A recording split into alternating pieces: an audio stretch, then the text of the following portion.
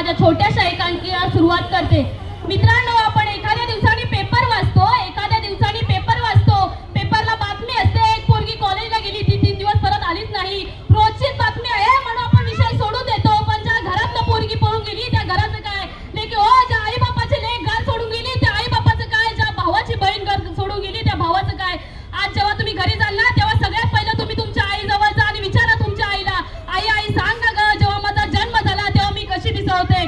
तुमच्या आईच्या डोळ्यात पाणी येईल आणि पाणवलेल्या डोळ्यातून तुमची आई सांगेल, माया बाळा, हा अचानक प्रश्न का ग विचारलास? तरी विचारा तुमच्या आईला, आई आई सांग ना ग, जेव्हा माझा जन्म झाला तेव्हा मी कशी दिसत होते?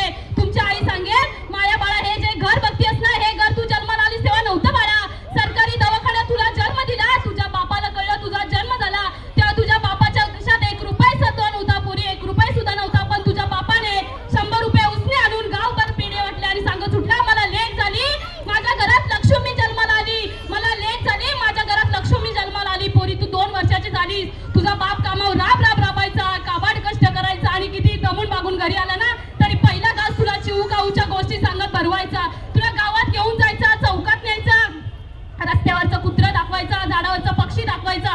पोरी, तुझ्या बापानं लहानपणी कधी खाऊ खाल्ला नसेल, पण तुझा बाप तुला गावात घेऊन गेल्यावर पाहिजे त्या दुकानातून पाहिजे तो खाऊ घेऊन द्यायचा. पोरी, तू पहिलीत गेलीस, तुझ्या बापाकडे पैसे नाही, तरी तुझ्या बापाने माझी लेक शाळेत गेली म्हणून उसने पैसे आणून नवीन गणवेश घेतला. अगं, तुझा 2 वर्षात जरा कुठं ड्रेस फाटला, तुझ्या बापानं लगेच तुला नवीन ड्रेस घेतला. अगं, स्वतःला एखादा लुगडा घेताना 1000दा विचार करतो, पण तुझ्या अंगावर फाटका कपडा नाही घालू दिला पोरी, कारण तुझा बाप म्हणतो माझी लेक फाटक्या कपड्यात नाही तर ती चांगल्या कपड्यातच शोभून दिसते. माझी लेक माझी इज्जत आहे, माझी लेक माझी आबरू आहे, ती फाटक्या कपड्यात नाही तर ती चांगल्या कपड्यात शोभून दिसते.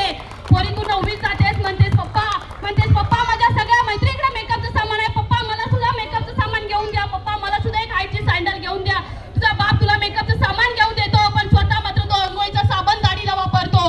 तुझा बाप तुला एक हायची सँडल घेऊन देतो, पण स्वतः मात्र एक ती तुटलेली चप्पल झिजेपर्यंत वापरतो. पोरी, तू 10वीत जातेस, अगं तुझी आई तुझ्या समोर ढसा रडते, तुला वाटतं तुझा बाप रडत नाही. अगं, रात्रीच्या 1:30-2 वाजता जाऊन बघ बापाच्या अंथरुणात बापाची उशी कशाने ओली झालेली असते.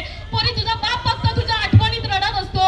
पोरी, तू कॉलेजला जातेस, म्हणतेस पप्पा माझ्या सगळ्या मैत्रिणीकडे स्मार्टफोन आहे, पप्पा मला सुद्धा स्मार्टफोन घेऊन द्या. तुझ्या बापाच्या खिशात 1 पैका नाही, तरी तुझा बाप सोसायटीचा 10,000चं कर्ज उचलतो आणि तुला म्हणतात ना कसलं ते स्मार्टफोन नावाचा डबडा घेऊन देतो, पण स्वतः मात्र साधा फोन वापरतो.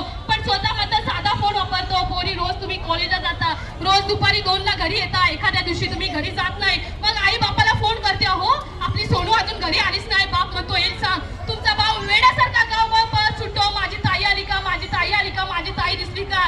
कोणतरी मैत्रीण सांगते ती आज कॉलेजला आलीच नाही, कोणतरी मैत्रीण सांगते ती कोणाच्या तरी गाडीवर बसून निघून गेल्या. पोरगं घरी येतं, अंधार पडू लागतो. पोरी, हो अंधार पडू लागतो, बाप आई आणि भाऊ गावभर पळत सुटतात, माझी लेक आली का, माझी लेक दिसली का. तुमचा पत्ताच नाही. अगं, मेल्यानंतर चित्ता रचून शरीराला दफन केलं जातं, पण ज्या क्षणी तू घर सोडून घरातून निघून